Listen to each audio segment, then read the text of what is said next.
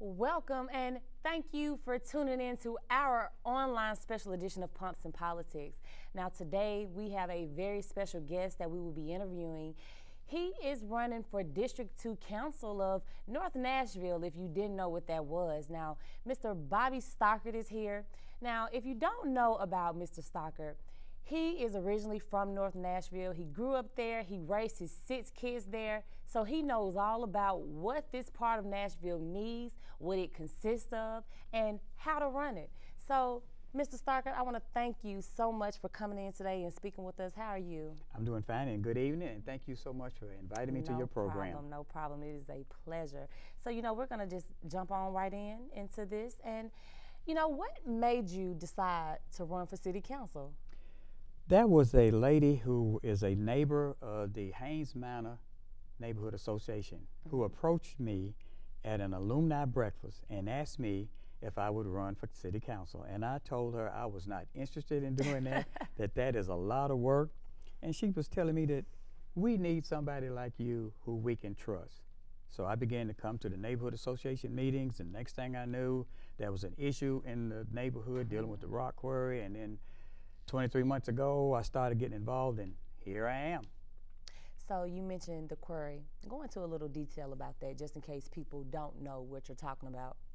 This rock quarry has been a nuisance in our neighborhood for a long time, and because of the blasting, they have caused so much destruction to people's homes. Some people's homes already knocked off of their foundation.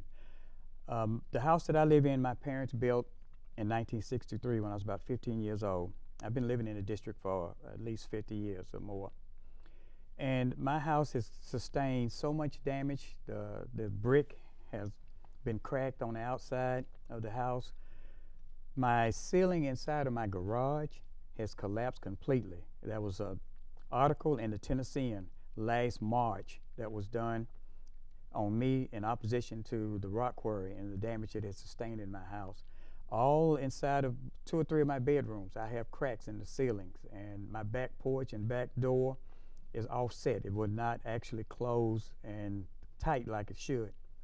So there are people out there who have even more damage than I do. One lady spent $8,000 in structural damage in a neighborhood and needs another $6,000 more.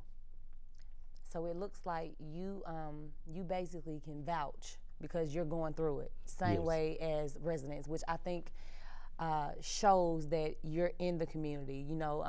People don't want someone that's just coming in and going off what they see.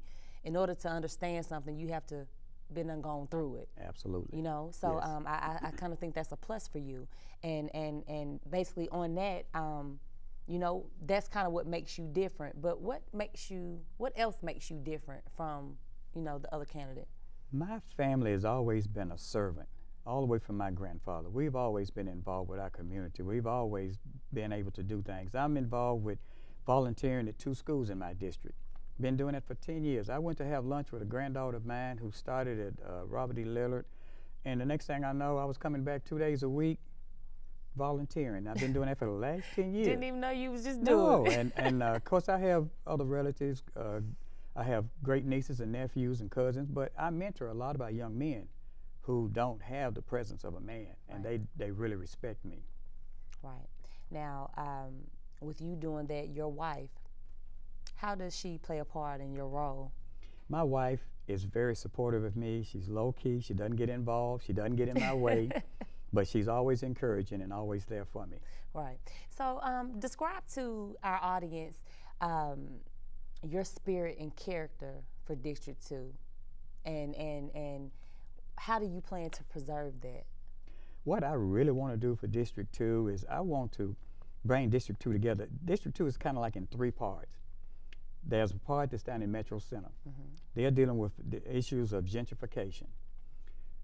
Clarksville Highway and Hydes Ferry Road and Ashland City Highway, they're going to be dealing with different issues once they expand Clarksville Highway.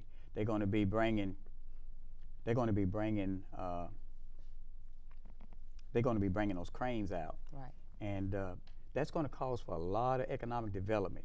And what I want to do is be the middleman to make sure when they come out there to bring those economic development that they have to come through me to sit down with the community to decide on what is it that we want our district to look like. And then when the community decides to accept that, we want to make sure that they hire our people. Right. But in my area, we're dealing with the rock quarry. So speaking on gentrification, I'm so glad you mentioned that. Gentrification is definitely going on all over Nashville. So how are you planning on ensuring the District 2 community that they're not going to be pushed out? Nashville used to be an affordable place to live. Right. And I have been involved with the Bill Barnes Affordable Housing Fund. I was there at 26 and Clarksville Highway when they had the groundbreaking ceremony for this one project that they have. The mayor gave $10 million, and I guess, and that was good to look at. But I would like to see an ongoing funding for that project. Every year, if I'm in the council, I'm going to be pushing that we take money every year and continue to put money into that. And so we can help develop and keep seniors in, keep our low-income people, that they can stay inside of Nashville and not have to worry about being moved around. Right. Now, I know some of the things that we're talking about are a lot of concerns of the people of the community, but you're on the streets campaigning yourself, which Yes. is a great thing. People are seeing you. So what are some of the concerns that you're hearing, you know, when people come up to you? Some of the concerns are some of the things we just talked about. Right. First thing, my seniors, I'm being moved out. My taxes are going up. I can't afford to stay. And what I try to tell them, there are tax abatement programs that you're eligible for, but you don't know. And I'd like to have housing seminars that would allow our veterans, our seniors, and those who are disabled and low-income people, and even first-time home buyers to understand the issues that they have.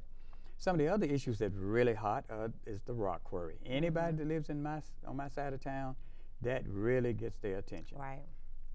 Now, something that we haven't discussed as of yet, which is a main concern, education.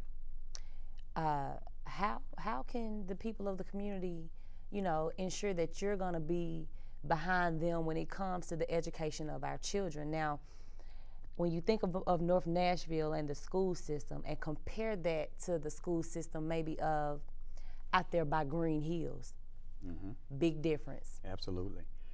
I want to be an advocate for increased funding for our school system. I want to make sure that we give our teachers all the financial resources that they need to teach our children. One of the things I noticed that when I've been volunteering for the last 10 years, and I also volunteer at Robert E. Lyric for the last 5 years, which is a middle magnet school, is to see how teachers who are dedicated having to spend so much of their money just for things that the tax dollars ought to be able to provide. So that's one of the things, and see, that's one of the things the council is responsible for, is the Metro school budget. So I want to make sure that I make that a budget that they can afford. Right. Now, Mrs. Stockard, tell us, I'm talking about, go ahead and spit it out. What makes you the perfect person for this job? Well, because I care, I'm involved. I've done so much that sometimes I forget about all the things that I have done. I have people who have grown up with my children who remind me of some of the things that I've done for them and help make them who they are in their lives. And that really makes me feel so good to know that.